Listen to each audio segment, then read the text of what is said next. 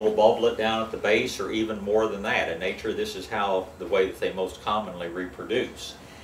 You will let it grow for 6 or 8 months in this fashion. Now, where these things grow natively is mainly in North Africa, and dormancy is not induced by being cold. They grow in areas that don't get very cold. Dormancy in their native land is induced by drought. And so what you will do after it's been growing, it looks big and beautiful and healthy, it is nice and plump and firm, stop watering. Or withhold the water gradually. Start watering it less, eventually to where you've stopped watering completely. The foliage will turn yellow, it will shrivel, it will turn brown. This is what would be happening in nature to it anyway. As the foliage gets ugly, clip it off. You know, that was just cut off with a pair of scissors. Let it stay dormant for 6 to 10 weeks or even longer if you want to. Then bring it out, bright light, start watering it. Give it, the same care that you gave it the first time around, and it will come up and bloom, and probably bloom even more profusely than it did the first time. I've seen bulbs this size put out 2 and occasionally even 3 spikes of the big flowers. But like all bulbs, the critical time, if you're going to save this bulb and have it bloom for you again, the critical time is after the flowering is finished, because that's when the bulb is getting a resupply of energy so it can start over and do it all again. Did that tell you what you need to know? I think so. And most of them come with instructions, especially if you do the kit. It comes with instructions for planting and care afterwards. These will also come with instructions, so be sure and give that to the person you give it to, and that way they can remember how to take care of it. But basically, they're really easy. And we're here to help you if you need. Yeah, have them call us if they don't know what to do. Yes? Well, Amaryllis, I've inherited some bulbs that were in pots for several years, neglected. But I dumped one, and the bulb is good, and the roots are good, but the soil is so compacted and clay, it's just hard as a rock. What would be the way at this time to revive these things or get them going again, something better? If the plants are growing well the way they are, Some have big long leaves, some haven't sprouted out, some halfway. I didn't know whether to leave them dry or the ones that really haven't sprouted out very far, I would tend to put the whole thing down in a bucket of water, soften it up, maybe take the hose and wash away as much of that old crud as you can, and then simply repot it in good soil. Take your scissors, trim the roots if you need to. If something has really started into active growth, then I'd probably fertilize it and do the best I could until it was time for it to go dormant again. But I would wash away all the soil, and that usually involves just letting it sit and soften for a while, and then just taking, thumb over the hose. I knew I would break, just from dumping it out and looking at it. It's so compact, the roots are there, but any way you try to take soil out. So as you can see, nobody's really paid too much attention to how many roots this bulb has now. So you're not going to hurt. If it's in that semi-dormant or just starting to grow phase, you're not going to hurt even if you cut away 90% of the root system. I planted a couple in the yard, and they haven't done much. I mean, they're not dead, but when do you put them? Typically, late summer, fall. Like now? They're just a mass of foliage now. Yeah, I probably would cut them back now and try to keep them on the dry side. Oh, not fertilized. No, at this point you want them to stay dry and go at least semi-dormant, because that's what stimulates, the buds that are going to come out and bloom probably for you in January. Now, there are a lot of different amaryllis. There are some varieties that actually do fairly well outside. We typically call them American amaryllis. We've always called these Dutch amaryllis, but this year they came to us calling them Holland amaryllis. Who knows, why they suddenly decided maybe somebody was translating. I hate these things, you get them in the instructions, and obviously they were written in another language and then translated. I had a piece of electronic equipment recently, and it kept saying, be sure that this wire is connected to earth, be sure it's connected to earth. I finally figured out that meant it needed to be grounded, but somebody looked in their little dictionary and says ground is earth. So we're going to connect the green wire to earth, not to ground. Anyway, who knows why they changed the name on it. But anyway, if you want the amaryllis, it consistently will do well in your yard. The old-fashioned American amaryllis or the belladonna amaryllis or things like the original hybrid is called Johnsoni.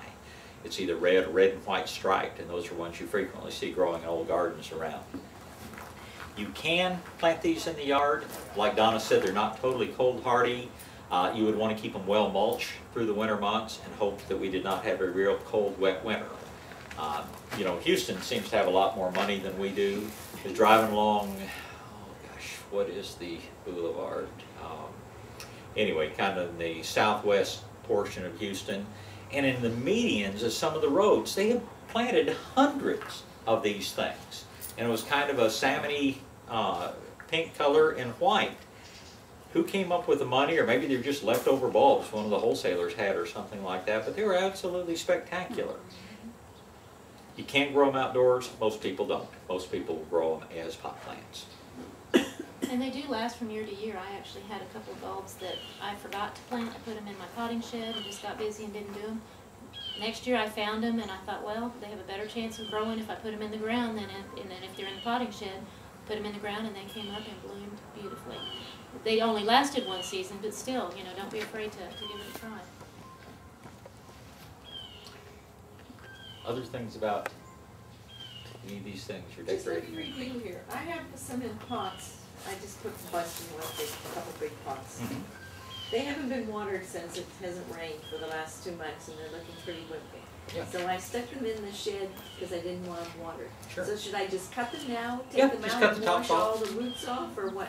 You can leave them in the pot. If you want to pot them up individually, you can take them out and clean them up, or you can leave them in that original pot.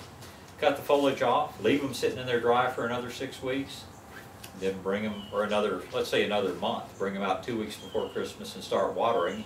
They probably won't bloom in time for Christmas, but they will be well on their way, and they'll be beautiful green plants. And you'll have big buds coming up on them, and it should be very interesting. Will they grow in an office? Sure. Yeah, If you have because bright again, light. they're already set to bloom, so even if you took a bulb like this, put it in an office, it'll go ahead and bloom for you at least this one time. Fluorescents are excellent. Yeah, that's what's easy about these. They're, you know, like you said, they're already set and they're gonna bloom no matter what you do to them. They make a good gift for all 56 of your coworkers. And you can buy them as sets, or you can buy just individual bulbs in different colors if you want to plant them yourself in containers, or just give the bulb as a gift. That's always something, then let people decide what they want to do with it. They're really easy and really fun.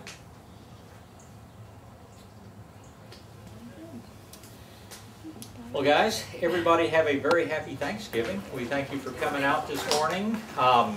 If anyone has never been to our Christmas open house around here, we have gotten to be pretty well known for our homemade cookies and our different forms of punch, shall we say, with and without spirits, for our apple cider with mulling spice.